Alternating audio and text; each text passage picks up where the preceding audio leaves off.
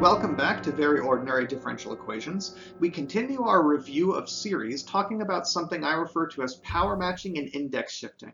And again, this should not be your first exposure to the topic. This is only intended as a quick review. We're going to discuss how to manipulate power series. So suppose we're given two different power series and we want to be able to add them or multiply by a constant or even multiply by a non-constant function. Are we able to derive a power series for what results? So in this lecture, we're going to use several examples to illustrate common techniques for doing so. Okay, so rather than present these techniques abstractly, we're really just going to dive right into examples. Here's our first example. Find a power series for the function f of x equals 3x times e to the x, given that we already know a power series for e to the x. E to the x can be written as the sum of x to the I over I factorial. So we use the known power series for e to the x. E to the x is the sum of x to the I over I factorial. If I multiply this by 3x, well, 3x e to the x is this right here, but this 3 and this x can be brought inside the series. 3, and then the power of x of every term gets raised by 1. Usually, however, we want the power of x to match the index in our sum. Having multiplied by x, the index I is no longer exactly the power on x, because we have x to the I plus 1. So here was the power series that we have so far derived for 3x e to the x. But we do want the power of x to match the index of our sum, and it doesn't quite do so at this point. So we're going to do what's called reindexing of the power series. To illustrate what we do, just list out terms of the series. Starting at I equals 0, just start listing out the various terms. 3x, then 3x squared, 3x cubed over 2 factorial, 3x to the 4th over 3 factorial, and so on and so on.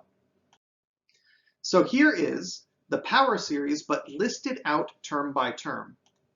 If we wanted to make this into a power series where the power of the variable was the same as the index, our first term has x to the first, so the sum should start with index 1. Also, the factorial down in the denominator is 1 less than the power of x. Okay, for the first power, we can divide this by 1 or 0 factorial. For the second power, we can divide it by 1 or 1 factorial. This third power is divided by 2 factorial, this fourth power divided by 3 factorial, and so on. So we would write this as 3 x to the I over I minus 1 factorial. And now we have a series where the index is matching the power of x. So in other words, we started with this power series, and we've said it's actually the same as this one here. And this is called reindexing. It looks like a different power series because the power on x is different and this denominator is subtly changed. But the index starts at a different place, so that if you listed out the terms, they would be exactly the same. On a formal level, what we can do in the first sum here is we can declare a new variable. J is equal to I plus 1. And if j is equal to I plus 1, then I is equal to j minus 1. So here was our original power series, and we declared j is I plus 1. In other words, I is j minus 1. So now the terms of the power series can be written as 3x to the j over j minus 1 factorial, because j is I plus 1, and therefore I is j minus 1. But the sum began with index I equals 0. But notice, since j is 1 larger than I, if I started at 0, then j should begin at 1. So we can write the sum as being j goes from 1 to infinity, 3x to the j over j minus 1 factorial. Now if you simply replace j with I, kind of calling it a, quote, new symbol, unquote, forgetting the fact that I used to be used as the index of our sum, okay, whatever variable I use isn't so important. I just rewrite this as an I, this as an I, and this as an I. As a second example, let's find a power series for the function x minus 1 over x plus 1 centered at x equals 0. We're going to perform some decomposition of our function. Instead of calling it x minus 1 over x plus 1, I'm going to split this up as x over x plus 1 minus 1 over x plus 1. And now the denominator, instead of calling it x plus 1, I'm going to write those denominators as 1 minus negative x. Now, why would I rewrite it like this? Because we already know that 1 over 1 minus r is just a series of r to the I. So substituting r equals negative x, we can write that 1 over 1 plus x is negative 1 to the I times x to the I as a series. So we know that 1 over 1 plus x is the series negative 1 to the I times x to the I. Therefore, x minus 1 over x plus 1 is x times 1 over x plus 1 minus 1 over x plus 1. So multiplying the geometric series by x and then subtracting the original series, we can hopefully get a power series for our new function. So here we have x times that geometric series. So notice the power of x has been increased by 1 minus the geometric series.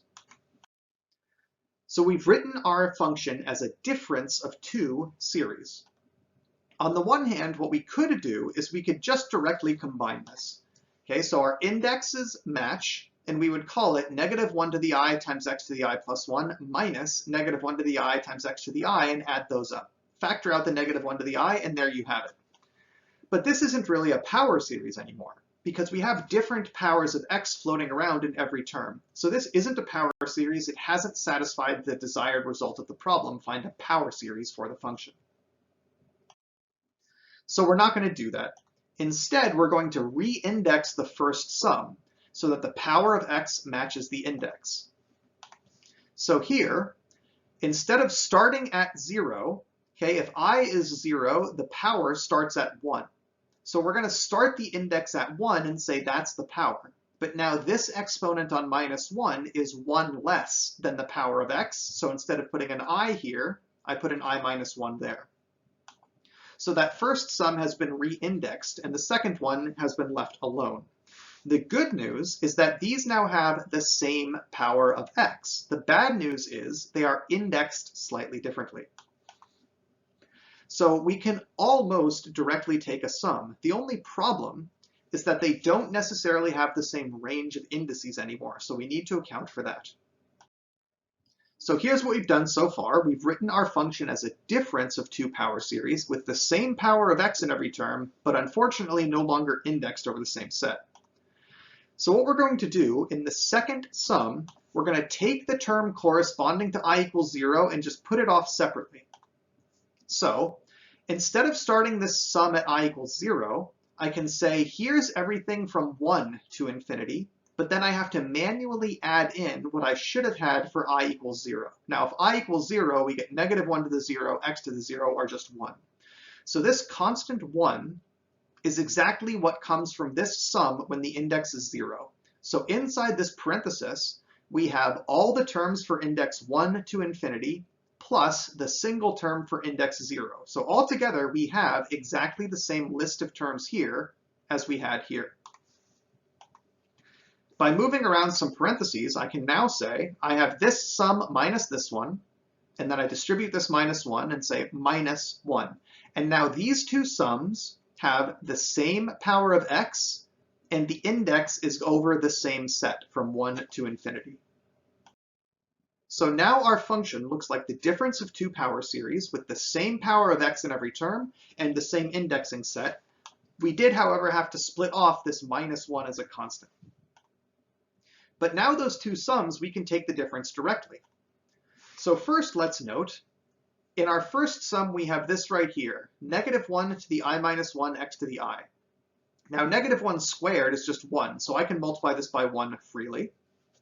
And now this negative 1 squared, I'm going to take 1 power of this and absorb it in here. So instead of calling it 1 times negative 1 to the I minus 1, we have negative 1 squared times negative 1 to the I minus 1. Now of the two copies of negative 1 here, one of them gets left behind, and the other I absorb into negative 1 to the I minus 1 and call it negative 1 to the I. Overall, negative 1 to the I minus 1 times x to the I is just the same thing as negative 1 times negative 1 to the I times x to the I. This sort of playing around with powers of minus 1 is something you'll get pretty proficient at as you continue to manipulate power series. But therefore, if I just subtract them term by term, I have the sum of this expression minus this one, but I've replaced this with what we now know it to be equal to. So here is what we have for our function. X minus 1 over x plus 1 can be written as the sum where the index I goes from 1 to infinity of negative 1 to the I, x to the I, minus negative 1 to the I, x to the I, and then all of that minus 1. But look what we have here. I have negative something minus exactly the same thing. If I have negative something minus it again, what I have is negative 2 of that thing. It's often desirable to have series starting at index 0. Okay, so formally what we now have is we have a power series for our function with this constant term of negative 1 hanging on. Okay, but remember, what we can do is we can add or subtract terms to try to account for the missing term of I equals 0.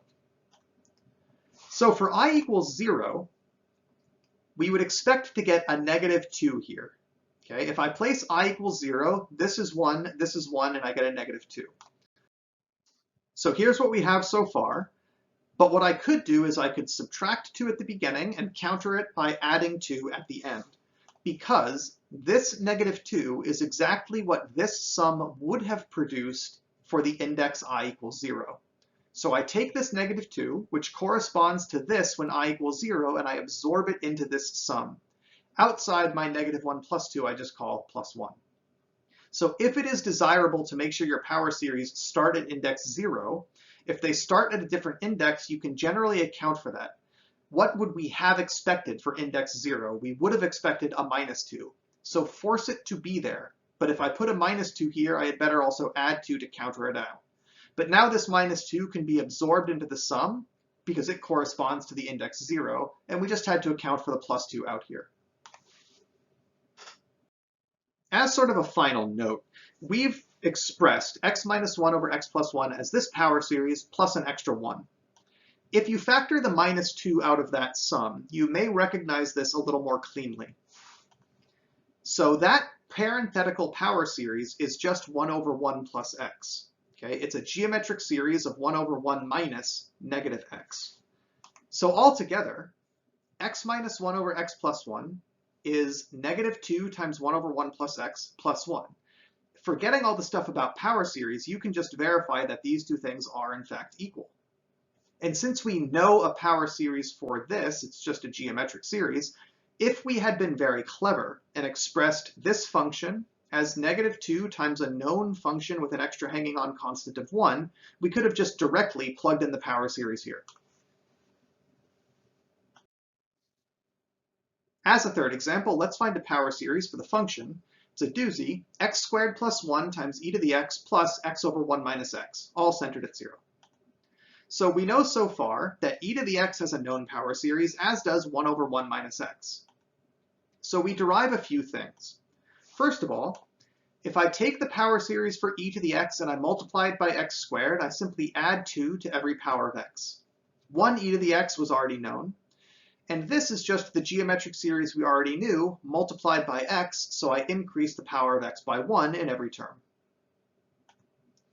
But in order to productively combine these series, we need to re-index all of them so that they all have the same power of x. This is what I refer to as power matching.